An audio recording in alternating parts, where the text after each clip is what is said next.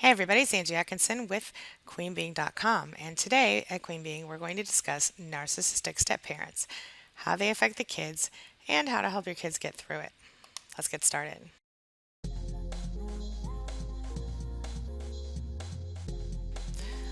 So, we all know some amazing people who are the best step parents that they could be, right? But what happens when you're dealing with a toxic step parent? What if your stepmother or stepfather or narcissistic spouse is a toxic step parent? A toxic narcissist. What does that mean and what happens next? That is what we're talking about today at queenbeing.com. You know, the evil step parent, the evil step parent. Anyway, I'm starting off today by answering a question from two YouTube viewers named Nikki B and 57 Goku who ask, can you do a video on narcissists and stepchildren? Yes, I can. Here I am. And you know I will. So let's get started. All right. First of all, we're not talking about a new step parent who just gets, you know, who just needs to kind of get used to the family. And because the fact is that in most cases, a healthy person is not going to have the issues that we're about to discuss today. Okay.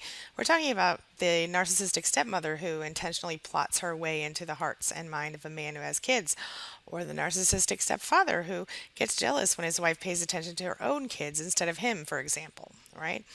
These kinds of narcs are especially toxic because they get into the marriage for all the wrong reasons.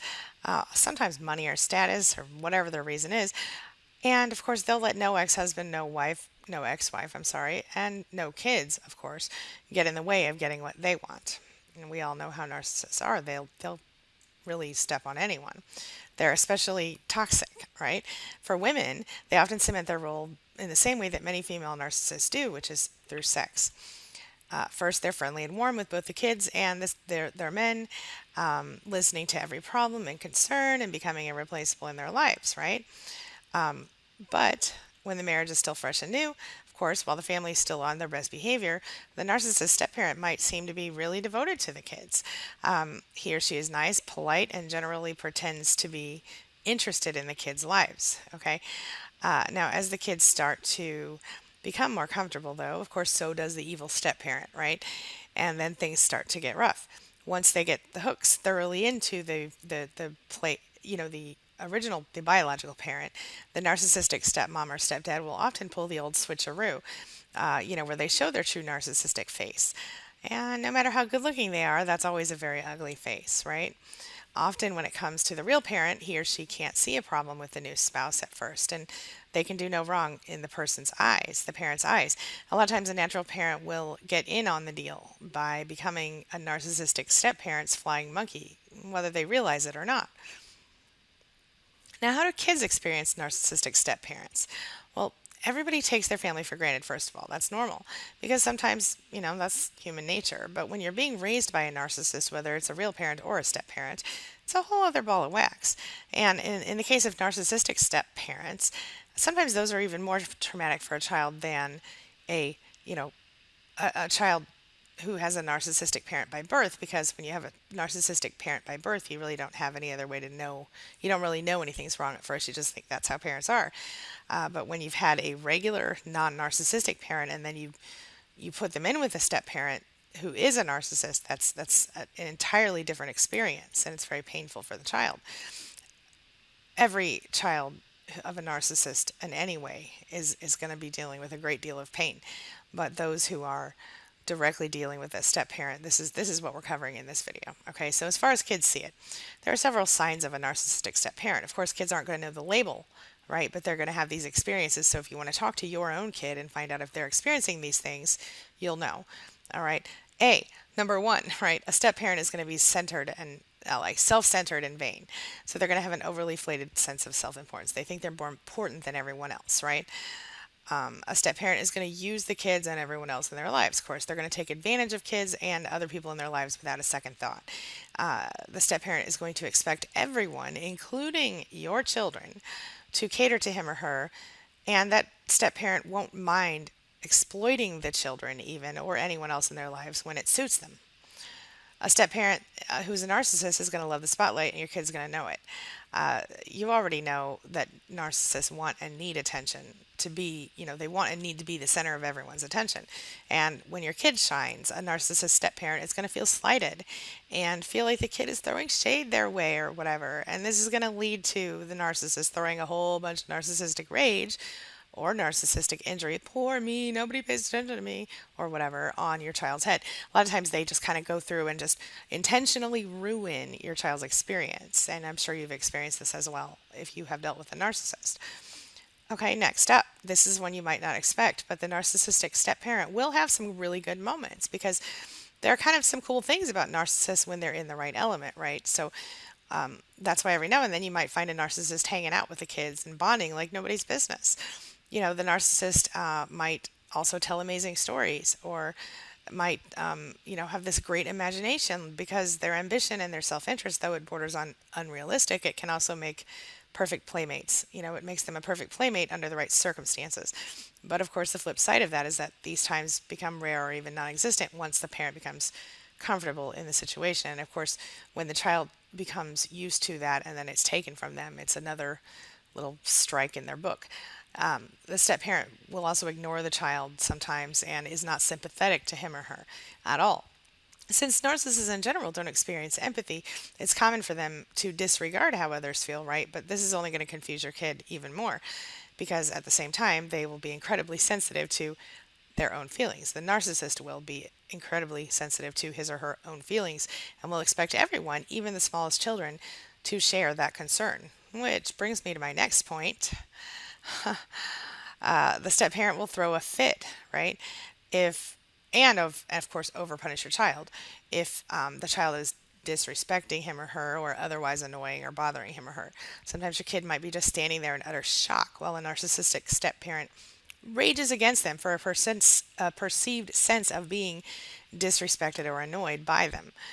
Or maybe the narcissist, felt criticized, and this would inevitably lead to a step parent throwing off an inordinate amount of anger toward your child. And the age doesn't seem to matter in most cases. And if you don't jump in, or your ex doesn't jump in and support the step parent, that then you or whoever it is, the regular natural parent is going to find themselves in trouble because you didn't back them up. So, but if you do, of course, then your kid feels betrayed by the one person who's supposed to protect him or her against that narcissist. And God forbid if you try to stand up for your baby because that will just cost you even more.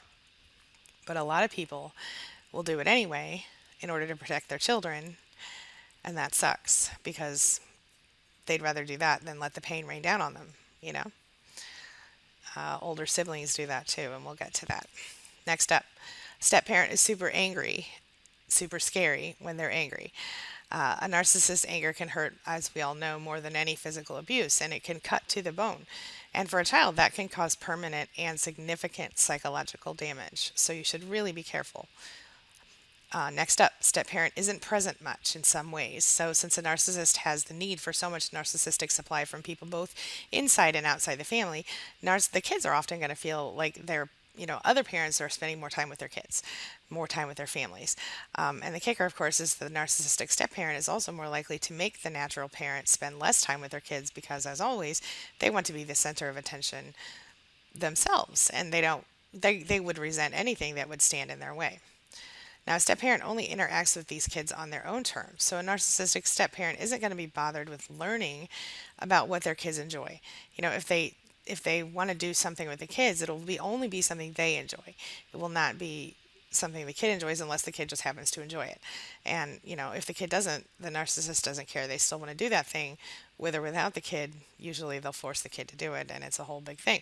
And of course, if the kid has the nerve to complain, then no good because out comes that narcissistic rage and narcissistic injury, right? Next up, the step parent only cares about how your kid appears to his or her friends and or colleagues. So he or she is only going to be more important, will only be important to the narcissistic step parent when the parent can brag about him or her. So your kid, of course, is going to be well aware of that, which sucks. Again.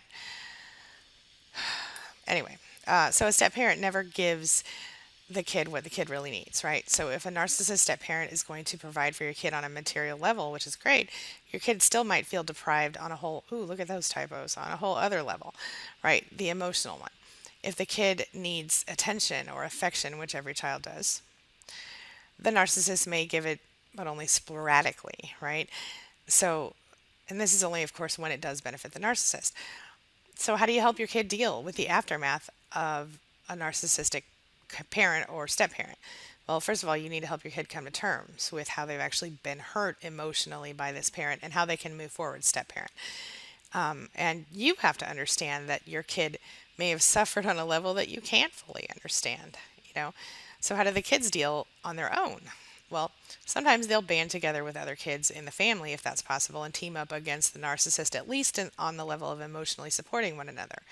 Older kids may begin to protect themselves or protect the younger ones by taking all the pain on themselves, all the rain and the of narcissistic rage and crazy down on themselves to prevent it from raining down on them, on the younger kids. And this, like I said, parents will, co-parents will find themselves doing the same thing.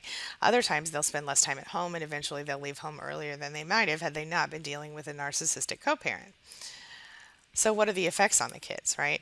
Well, narcissistic step parents can have a profound effect, right? So, for example, each time a natural parent sides against a child with a step parent, the kid is going to feel like they're left standing alone and they're going to have feelings of betrayal and abandonment. Who could blame them?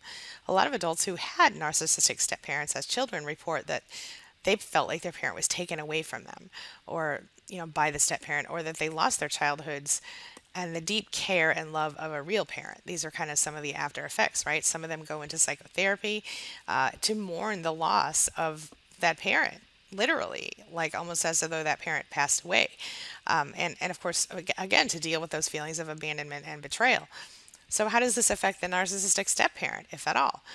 Unfortunately, sadly, they will feel little guilt for alienating and sometimes even completely destroying the relationship between parent and child. Because as they see it, they've won the attention game or whatever. And when the kids are adults, the narcissistic step parent will literally celebrate, yay, we're not responsible for those kids anymore. Even worse, some of them are going to repeat the same pattern with multiple spouses and multiple children, when their resources dry up and they need to move on.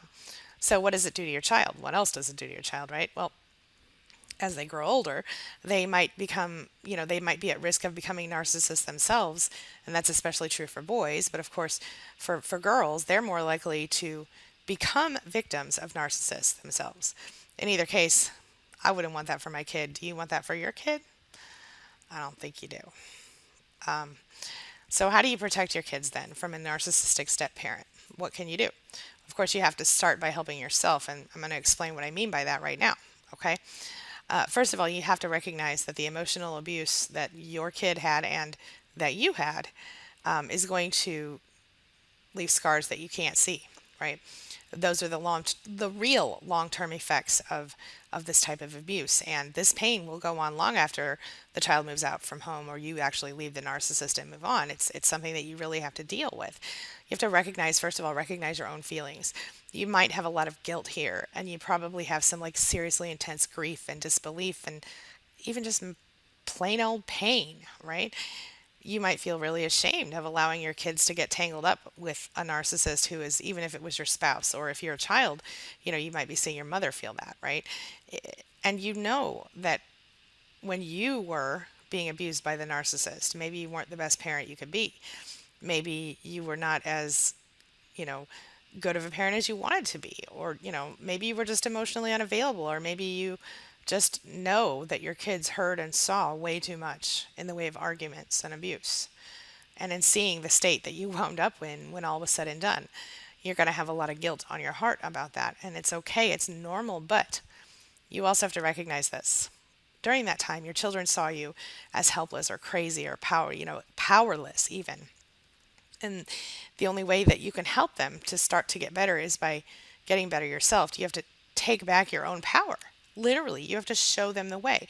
The fact is, if you pull the old self sacrificing parent act and you end up not taking care of yourself and not doing the things you need to do to make your life better, you're like totally providing a very unfortunate example to them of how to lay down and take it. Okay. I'm really sorry that I had to be so harsh right there, but the fact is that this is tough love. I'm not being rude or disrespectful, but if you're in that position, you've got to show your child how to take care of himself by doing it yourself. You have to lead the way by showing your kids how it's done. Once your kids, see you going through this self healing and self empowerment, they're going to start to do that themselves. And if they can't see that, they're going to find themselves stuck in those same toxic patterns that you've been stuck in all this time. Okay. So I'm going to say it one more time. You've got to heal yourself because it's the only way that you can help your children heal. If there's no other reason in the world that you need to heal, even though there's like a million, okay? But if you won't do it for yourself, if you want to be the self sacrificing parent, fine. Heal yourself for your kids and they will heal too, okay? I promise you. Try this. Finally, you need to be an ear for your kids, okay? You need to listen to their concerns, their fears, and their successes and validate them appropriately. Don't overcompensate though. That's one of the biggest dangers here is that you'll say, "Oh, you're perfect, you're amazing, you're blah blah blah." And unfortunately, in that case, you won't be doing them any favors because that's part of the way that narcissists are made in the first place. And we're trying to avoid that for our children, right? So anyway, what you can do is be genuine with them and ensure that you actually validate them on an emotional and psychological level whenever possible. Make sure they know that they're real people and that they have real value, real feelings, real thoughts. You understand what I mean? So, anyway, that's all I've got for today. Okay. Now it's your turn. So, have you dealt with a narcissistic step parent either as a child or as a spouse? And if so, how did you handle it? And what advice would you offer someone who's dealing with it right now? Please share your thoughts and experiences in the comments section because you never know whose life you might change by doing that. And one more thing, if you are watching this right now and you have additional questions, comments, concerns, things you want to talk about, please leave them in the comment section below and I will address them in one of my upcoming episodes of Go Ask Angie. All right? Alrighty. So, three more quick notes. Number one, visit queenbeing.com if you have questions, comments, concerns, things you want to talk about related to narcissism, narcissistic abuse recovery, tons of free articles, resources, tips, downloads, all kinds of stuff there for survivors of narcissistic abuse and narcissistic abuse recovery.